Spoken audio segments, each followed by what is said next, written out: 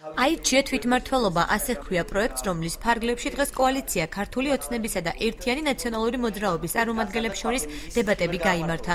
პროექტის თანახმად დისკუსიაში პარტიის პროპორციული სიის პირველ ნომრებს უნდა მიიღო მონაწილეობა, თუმცა ფორმატის დარღვევა ირაკლი ჭეიშვილის გამოუცხადებლობამ გამოიწვია, ამიტომ დებატები სიის მეორე ნომრებს შორის გაიმართა. ჩვენ შევთავაზეთ დებატებში მონაწილეობა ორ სუბიექტს, ერთიან ნაციონალურ მოძრაობას და კოალიცია ქართულ ოცნებას.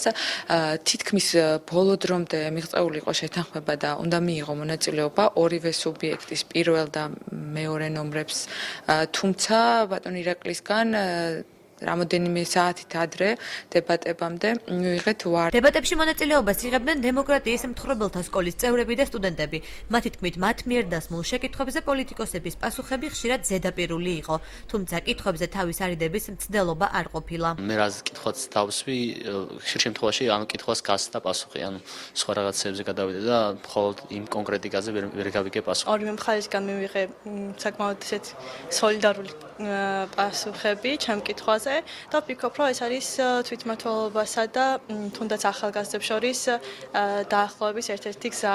სტუდენტებს შეკითხვები განათლებისა და კულტურის სფეროში გატარებულ რეფორმებთან დაკავშირებით ჰქონდათ, მათ ასევე სოციალურ თემატიკასა და ქალაქში მიმდინარე ინფრასტრუქტურულ სამუშაოებზე გაამახვილეს ყურადღება. დებატების ფორმატი და სტუდენტების შეკითხვები ორთავე პოლიტიკური პარტიის წარმომადგენლებმა დადებითად შეაფასეს. რაც შეეხება ირაკლი ჭეიშვილის მიერ დებატებში მონაწილეობაზე უარის თქმას, მმართველი გუნდის წევრი კობა ჩხაიძე განმარტავს, რომ ჭეიშვილს გაუთვალისწინებელი შეხვედრები გამოუჩნდა. ძალიან მისასალმებელია და ძალიან პოზიტიურია ის ფაქტი, რომ ახალგაზრდები ამ შემთხვევაში დემოკრატიის მთხრობელთა სკოლის კურსდამთავრებულებს თუ მონაწილეებს აინტერესებთ პოლიტიკური პარტიების ხედვები თუ როგორ განვითარდება ქალაქი და როგორ იქნება ის გარემო, რომელშიც მათ მოუწევთ ურთიერთობა. საინტერესო ფორმატია, ორ მთავარ პარტიას უწევს შეხვედრა სტუდენტებთან და მათი პრობლემების გაზიარება და კითხვებზე პასუხის გაცემა. ძირითადად სტუდენტები დაინტერესდნენ განათლების სფეროში, კულტურაში მიმდინარე რეფორმებით, ზოგადად სტუდენტური ცხოვრებით.